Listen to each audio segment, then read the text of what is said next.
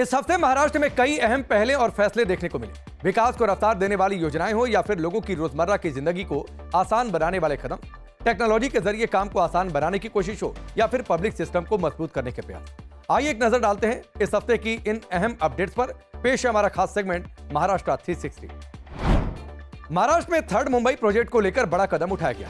मुख्यमंत्री देवेंद्र फडणवीस की मौजूदगी में MMRDA और रायगढ़ पेन ग्रोथ सेंटर के बीच अहम शेयर होल्डर एग्रीमेंट साइन हुआ। इस एग्रीमेंट के जरिए नवी मुंबई इंटरनेशनल एयरपोर्ट के पास एक वर्ल्ड क्लास स्मार्ट सिटी और इंटीग्रेटेड टाउनशिप विकसित की जाएगी। इस प्रोजेक्ट को मुंबई मेट्रोपॉलिटन रीजन के एक बड़े इकोनॉमिक हब के तौर पर तैयार किया जा रहा है। यहां बांद्रा कुर्ला कॉम्प्लेक्स की तर्ज पर एक बिजनेस डिस्ट्रिक्ट भी बनाने की योजना है, जिसमें ग्लोबल निवेश और फिनटेक कंपनियों को आकर्षित किया जा सके। अटल सेतु और नवी मुंबई एयरपोर्ट जैसे बड़े इंफ्रास्ट्रक्चर के करीब होने की वजह से यह प्रोजेक्ट रणनीतिक तौर पर बेहद अहम माना जा रहा है। यह पूरी योजना मुंबई 3.0 विजन का हिस्सा है, जिसका मकसद मुंबई पर बढ़ते दबाव को कम करना और संतुलित क्षेत्रीय विकास को बढ़ावा देना है। यह प्रोजेक्ट रायगढ़ जिले के 16 गांवों में 1200 एकड़ से ज्यादा जमीन पर विकसित किया जाएगा। नवी मुंबई इंटरनेशनल एयरपोर्ट से करीब 30 किलोमीटर की दूरी पर स्थित यह इलाका तेजी से विकास करने वाले क्षेत्र में आता है। इस प्रोजेक्ट से 2 लाख से ज्यादा रोजगार के अवसर पैदा होने की उम्मीद है, जो इसे क्षेत्र का एक बड़ा आर्थिक केंद्र बनाएगा। महाराष्ट्र को डेटा सेंटर के बड़े हब के तौर पर विकसित करने के लिए सरकार ने कदम तेज कर दिया। मुख्यमंत्री देवेंद्र फडणवीस ने इस सेक्टर में हो रहे निवेश की समीक्षा की। उन्होंने बताया कि खासतौर पर मिडिल ईस्ट की कई बड़ी कंपनियां महाराष्ट्र में निवेश करने में इंटरेस्ट दिखा रही। सीएम ने अधिकारियों को निर्देश दिए कि समझौते के बाद तुरंत मंजूरी और जमीन आवंटन की प्रक्रिया तेज की जाए। उन्होंने यह भी कहा कि सभी काम तय समय सीमा में पूरे हों और कारोबार करना आसान बनाया जाए। साथ ही डेटा सेंटर कंपनियों के लिए बिना रुकावट और प्राथमिकता के आधार पर बिजली सप्लाई सुनिश्चित करने पर जोर दिया। सरकार का फोकस ऐसे पूरा इकोसिस्टम तैयार करना है जहां पॉलिसी सपोर्ट और इंफ्रास्ट्रक्चर दोनों साथ साथ मजबूत हो। मुख्यमंत्री फडणवीस ने पीक डिमांड को देखते हुए बिजली प्रबंधन को लेकर हाई लेवल मीटिंग की। सीएम ने कहा कि गर्मियों और आने वाले मानसून को देखते हुए बिना रुकावट बिजली सप्लाई सुनिश्चित करने के लिए युद्ध स्तर पर काम किया जाए। सरकार बिजली प्रबंधन में AI के जरिए रियल टाइम मॉनिटरिंग, बेहतर मेंटेनेंस और स्मार्ट सप्लाई सिस्टम पर काम कर रही है। साथ ही ज्यादा मांग वाले शहरी इलाकों में ट्रांसमिशन इंफ्रास्ट्रक्चर को भी बेहतर बनाया जाए। बारामती में डिप्टी सीएम सुनेत्रा पवार ने महिला सफाई कर्मियों से मुलाकात की।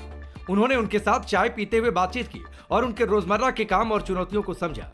पवार ने कहा कि शहर की सफाई बनाए रखने में इन कर्मियों की भूमिका काफी अहम है। इस दौरान काम की सुरक्षा, सेहत रहने की सुविधा और अन्य जरूरी मुद्दों पर चर्चा हुई।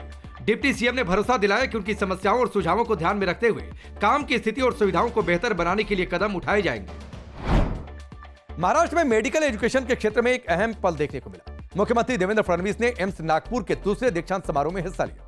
उन्होंने संस्थान की तेजी से हो रही प्रगति की सराहना करते हुए कहा कि यह मेडिकल एजुकेशन, रिसर्च और सस्ती स्वास्थ्य सेवाओं में अहम भूमिका निभा रहा। सीएम ने कहा कि राज्य का फोकस पब्लिक हेल्थ सिस्टम को और मजबूत करने पर है, जिसमें प्राइमरी हेल्थ केयर को बेहतर बनाना और बीमारियों से निपटना शामिल है। उन्होंने यह भी कहा कि लोगों को अपने घर के पास ही बेहतर इलाज मिले, ये जरूरी है।